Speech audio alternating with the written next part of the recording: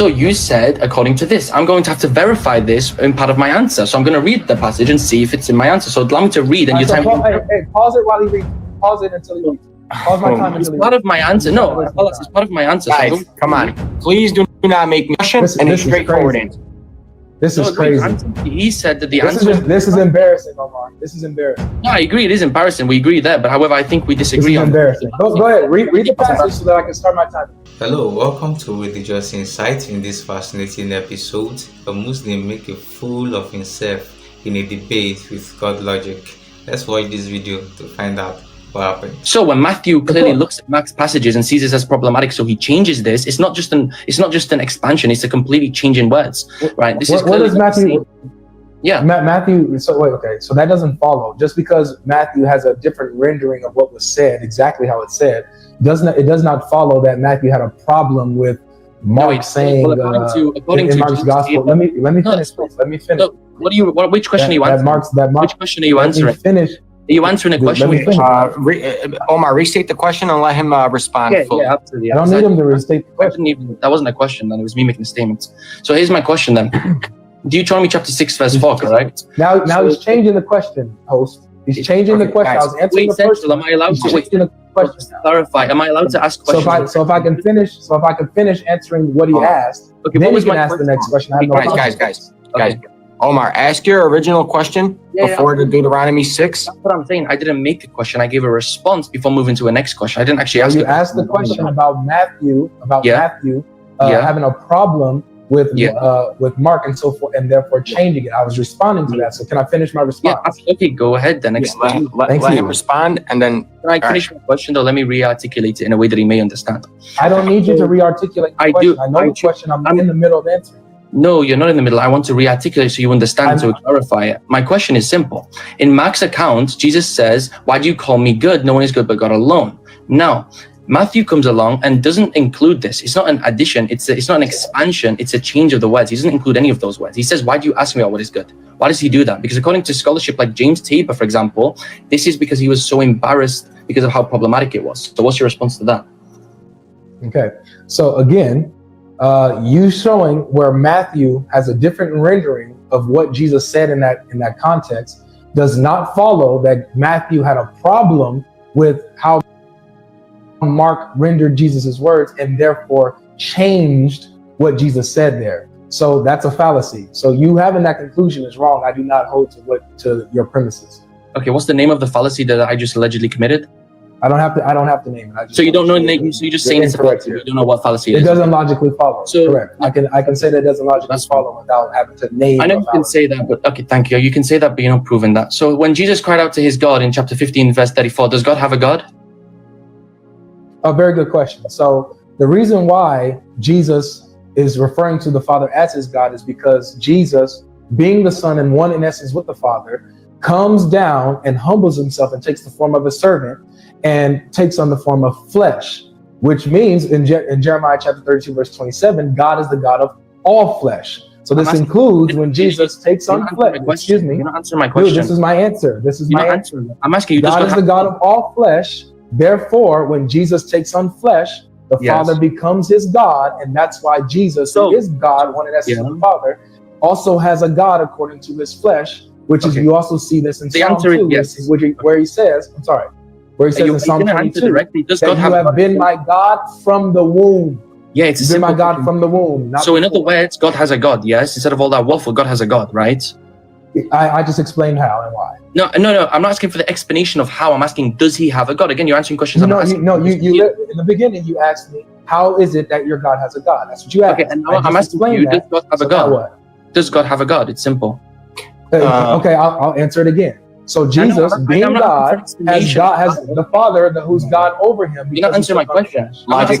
Can you address the question? I just answered it. Thank you. I appreciate that. I just answered it again. No, you're explaining. You just said yourself you're explaining how he has a God. I'm asking you, does he have a God? Yes or no? I'm not asking for an explanation of how.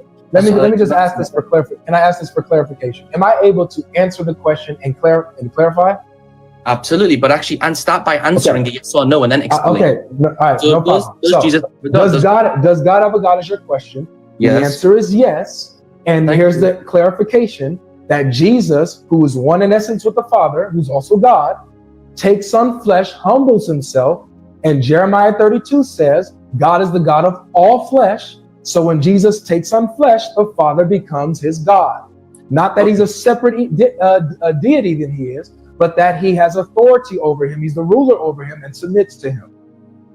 Okay, great. So if God has a God, then according to the classical laws of identity, how we would count there to be two gods. So how would you go against this then?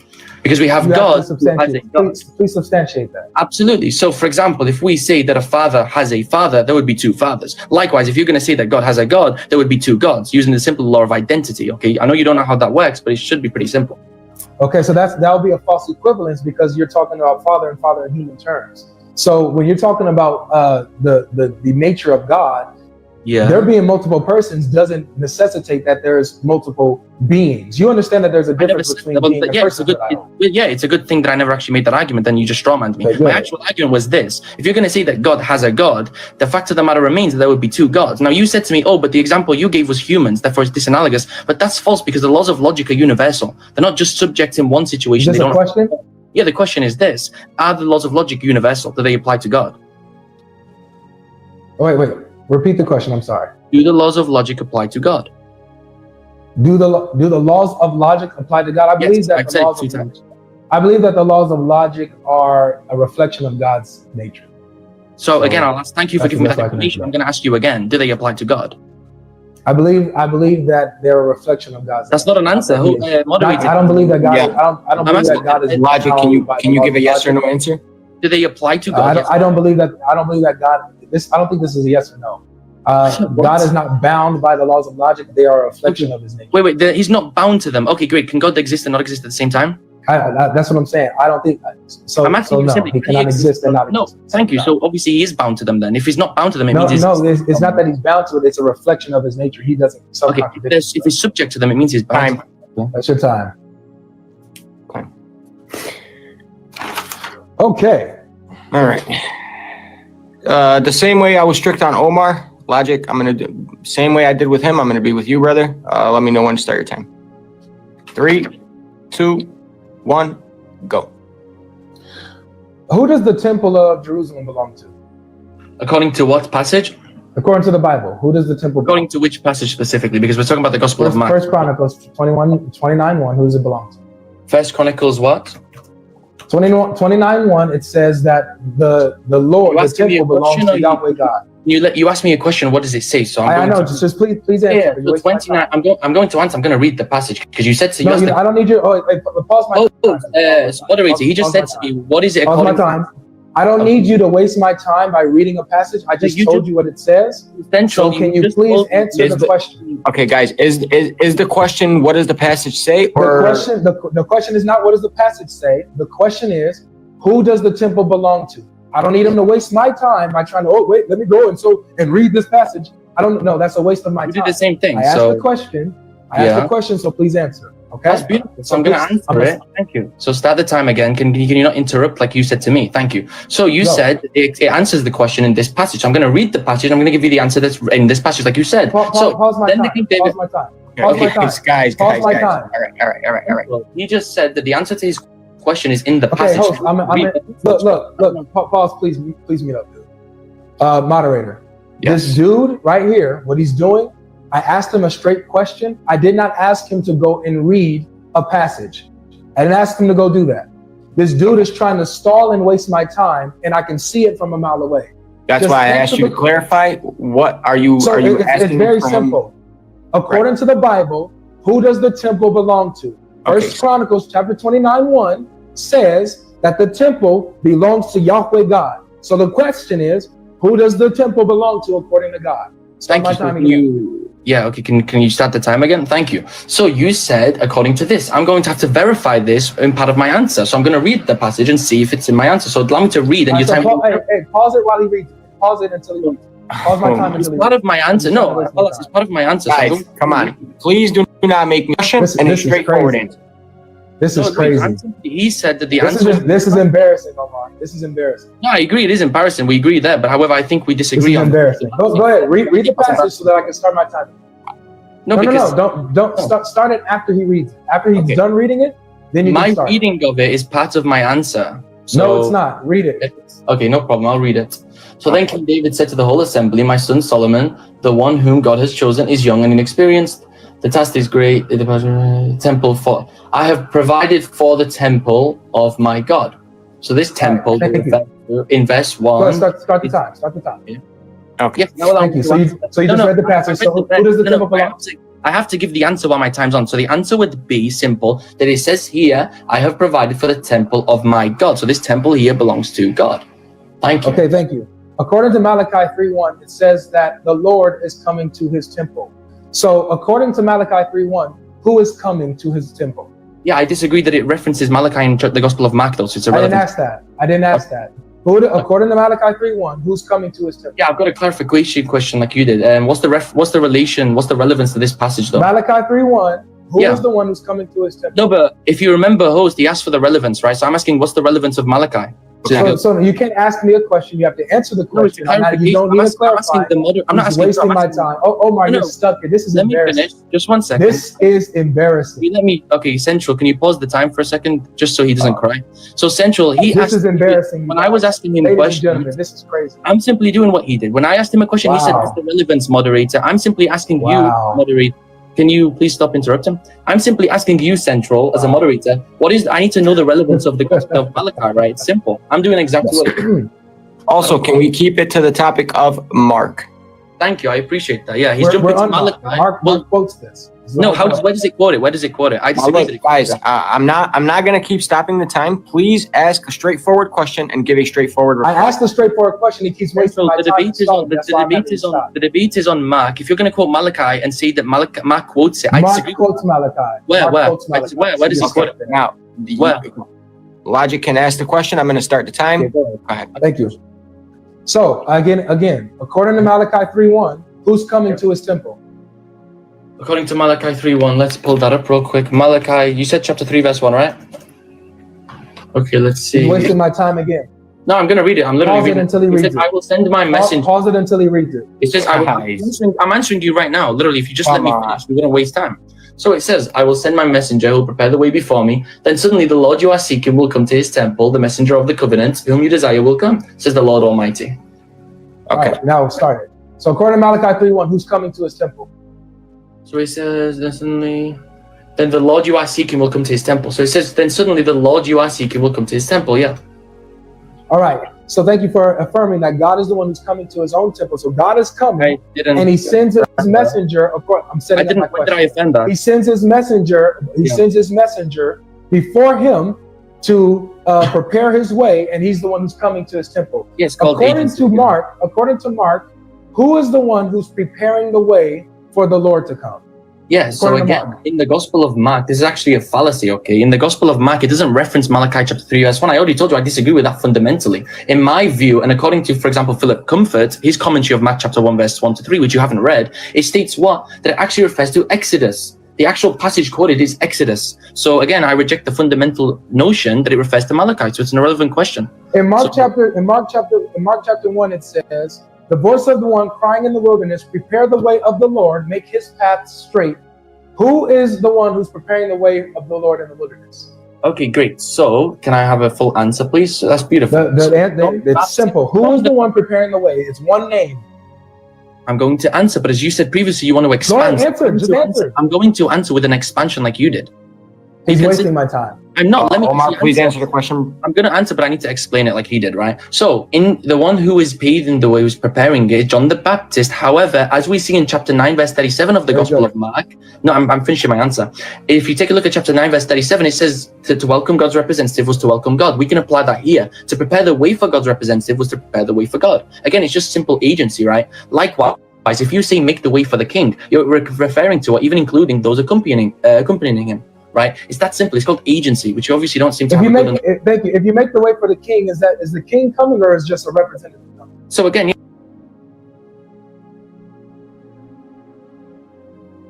it can refer to the king and his representatives. Absolutely. No. Yeah. Okay. Yes. Thank you. So when you make the way for the king is coming, including his representatives. So the king is included. So John makes the way for the Lord, including his representatives. Thank you so much. So with this, according to Isaiah, is that a question?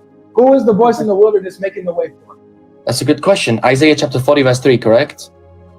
Yes. 40 verse 3. Yeah, okay, thank Pause you. it until he reads it. Pause my time. Yeah, pause his time because he's complaining. So he said, Are you No, reading? He's or are you literally, answering?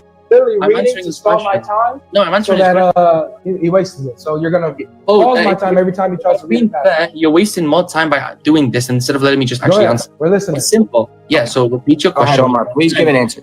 Yeah, he's gonna have to repeat his question again because he just rambled. Go ahead and repeat your According question. to Isaiah, who is John preparing the way for? Where in Isaiah? Isaiah is a huge book. I mean, come on, yeah. Guys, you can't make this up, man. Yeah, you literally can't make this up. I'm doing exactly Look, what you're literally the one who said, "Oh, Isaiah 40 verse 3." Okay, let's see. And so you literally know where you're going, and you're stuck here. So you have to play these type of games. The panic is being seen by 1,000 people, bro. It's not panic. It's really crazy. It's me holding you to Let me ask you this. Let me ask you this. We'll move on. I think this has been said. It's called So holding you to John your is the voice in the wilderness who prepares the way for Yahweh, and then Mark says that that's Jesus who he prepares the way for. Jesus is Yahweh. Thank you so much. Is there a Here's my question? next Or are you just question, gonna? man. Logic, can I ask a question? Yeah, can you ask a question? Can anyone? Here's my question. Can anyone change God's laws besides God? Okay, beautiful. So, can anyone change God's laws besides God? No. A single person, independent of God, cannot change God's laws. Of course not. And you're going to refer to the forgiveness of sins or something. Go ahead. Ask your next question. Actually, no. So here we have in Mark chapter 7, verse 20, verse 19, 18 and 19. He says, and whenever it's excuse me, that's wrong verse. In Mark chapter 7, it says that Jesus declared all foods clean. So how is it that Jesus can declare all foods clean unless he's God? Since you just said that only God can change God's laws. Thank you for letting me just answer the question. You said, well, how can he do this if he's not God? Simple. God can allow him to do it. It would still be God who allowed him to do that action. It would still be God who allowed that law to take place or that law to be abrogated or whatever the context is. If a prophet comes and reveals that this law is abrogated, right, it does not now negate the fact that God allowed it to be abrogated. God is responsible for its abrogation. It's that simple. Again, you don't... Let me finish. Can you give me the reference where it says that God allowed Just allow him to finish, Logic, please? So, because he just interrupted and rambled, can you reiterate your first question because you just throw my mind? Here's the first. Can you show me where God allowed Jesus to change the law? In which passage are you referring to? Mark chapter 7, where he says that he made all foods clean. He declared all foods clean. Where does it say that God allowed? I'm asking you, what's the verse again in chapter 7? Mark chapter 7, verse 19. Verse 19. Beautiful. We can go to verse 19. Pause my time again, since he has to read every passage. Yeah, so it's simple, clear. All it's saying here, you can continue again before I give my answer. Okay. It's very simple, right? Here it's simply clarifying, because it says, for it doesn't go into their heart, but into their stomach and out of their body, and therefore Jesus declared all foods clean. Now, what does he say? Where does he say on his own authority? That's the question. I don't see where it says his own authority. It literally says, Mark said, this is Mark. Yes. It says, therefore he declared, not God the Father declared, he declared all foods clean. Where does it say that God is the one who gave them this authority to be able to declare a change of the law? That's an amazing question. Now, what does the term declare mean, guys? It simply means to announce something. Now, a messenger can announce something on behalf of God, revealing that scripture, whatever it may be. There's no sort of contradiction. You need to prove. Show the verse. Show the reference. Let me answer, please. Allow me to finish.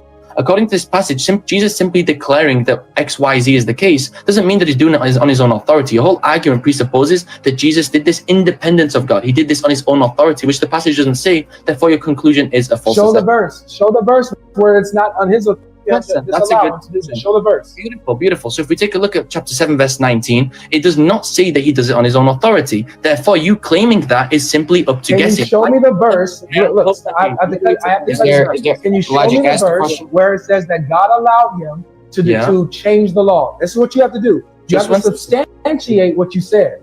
Beautiful. I agree with you, and that's why you should start taking your advice. Now, let me answer that. So you said to me that he himself, this proves he's God. He declared it himself, right? It wasn't something that God did. So simply, if you're going to play the guessing game, because that's not in the text, you're saying, oh, well, it's the case that he himself declared it. And I can simply say, yeah, well, if you're going to talk about guessing, I can do the same thing and say, since it doesn't explicitly say that, we can simply say he does so on God's behalf. It's simple, right? Jesus himself. No worries. Let me finish my answer. Let me finish my No, answer. my time is running. You That's answer. not a problem. It's your problem. You got my answer. Who's the Lord of the Sabbath? My next question. I only got 30 seconds. Who's the Lord All of right, the guys. Sabbath? All right. He's wasting my time. You give me 5 seconds. Who's the Lord of the Sabbath? You give me 5 seconds to finish my Logic, answer. what's the question? Go ahead. Go ahead. Who's the Lord of the Sabbath? Beautiful. So according to the Gospel of Mark, if you take a look at chapter 2, verse 27, it says that Jesus is the Lord of the Sabbath. Now, do you want me to explain that passage, or are you just going to make an assertion? All right, so who is the one who owns the Sabbath according to the Hebrew Scriptures? Yeah, so Yahweh owns the Sabbath. However, if you let me finish my answer, please. If the Sabbath is made for people and Jesus is Lord of the people, then it would logically follow he'd be Lord of the Sabbath. It's that simple. If you look at the actual, let me finish. Time. No. Central, can I finish my answer to this question? He asked the question. Okay, thank you. Thank you. That's it. That's it. We're going in the close. Ask the question. Let me answer. We're going in the close. Right, welcome back, guys. That was an amazing, very fascinating. I believe you learned something new. Let us know your thoughts, what you were able to learn in the comment section, and also don't forget to share this video. This guy here gives a grand example of how they sabotage learning by waffling and wasting everybody's time instead of debating, and to them it is normal. I'm only surprised that they don't know how much they make a fool of themselves each time they try to play this kind of logic. The law of logic do not apply to God any more than the laws of God apply to God. The laws of God, including laws of logic, apply to his creation to keep them in order and in consistency according to God's wisdom and foreknowledge. Just like a human example, the laws of a video game do not apply to the video game creator, but that is not to imply that God is irrational or understanding his ways require deviating from rationality. God is precondition for the laws of logic. God's existence as an infinite being is not limited to the laws of logic. If the eternal person of the Son assumes the flesh, his divinity isn't negated in any way. To suggest otherwise aside this is to suggest that God has limitation. The fact that the disciples didn't describe what happened in exactly the same way and use different words to describe the same story is even more evidence on the side of the Bible that it is true. What you do expect from an individual who are confident their word can stand on its truth alone through time. Individuals who don't need to worry about lining up with what someone else wrote. Two people giving an account of an event will definitely give from their own perspective and not from another person's perspective. So if their words are the same, words to words, then it is questionable. But since their words are not the same, but they are talking about the same event, and you could understand that this is what this person is talking about, then it shows that their message is valid and it is true, and it has stand the test of time through seasons, through situations, and through history. So their words are true. Thank you guys for watching. Don't forget to share this video, subscribe, like, and love to see you in the next episode.